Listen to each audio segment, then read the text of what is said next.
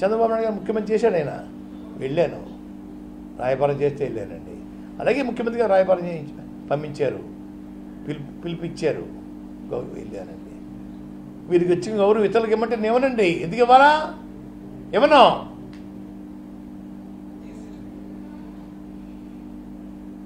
దయించి ఇటువంటి ప్రోత్సహించొద్దని ఆ పెద్దలకు నేను మీ ద్వారా కోరుకుంటా ఉన్నాను. చంద్రబాబు హయాంలో ఉద్యమం చేశారు, తర్వాత వైసీపీ హయాంలో ఎందుకు కాపుల కోసం ఉద్యమం చేయలేదు పవన్ కళ్యాణ్ మనం ప్రశ్నించారు. అయ్యా, వారు 5 సంవత్సరాల్లో ఎక్కడున్నారో ముందు చెప్పమని చెప్పాలి సార్. నన్ను ప్రశ్నించే ముందు చంద్రబాబు నాయుడు గారి పాలనలో 5 ఇయర్స్ ఎక్కడున్నారు, ఏ మడుగులో దాక్కున్నారు? ఒకటి అండి.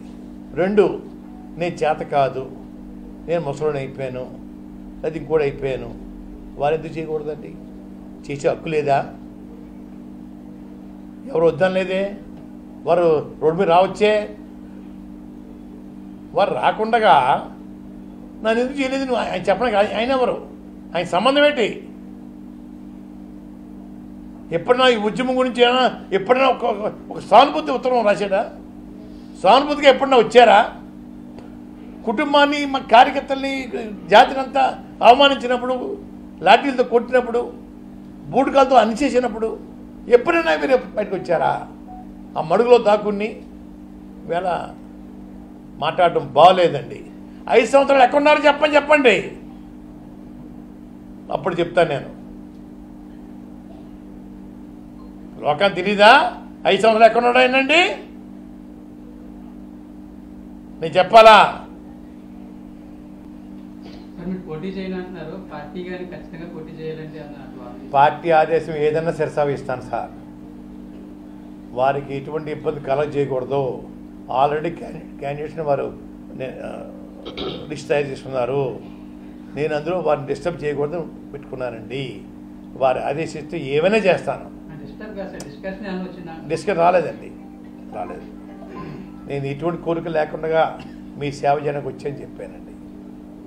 మిమ్మల్ని కానీ మీ హరిరామజోగాన్ని కానీ ఎవరో కూడా నన్ను ప్రశ్నించకూడదు అనేది మన పవన్ కళ్యాణ్ సభలోనే చెప్పారు. నేరుగా అంటే ఒక పెద్దలను అవమానించినట్టు కాదు, ఒక సామాజిక వర్గానికి చెందిన పెద్దలను అవమానించినట్టే కాదు, అంతమంది సాక్షిగా నన్ను ఎవరు ప్రశ్నించకూడదు, నేను చెప్పినట్టే వినాలి. పవన్ కళ్యాణ్ నన్ను సమాధానం నన్ను ఎందుకు అడుగుతారు మీరు?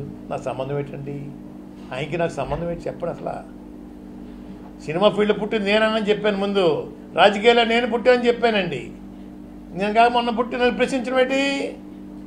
ఆ ప్రశ్న ఏం సమాధానం చెప్పాలండి? నేను చెప్పను.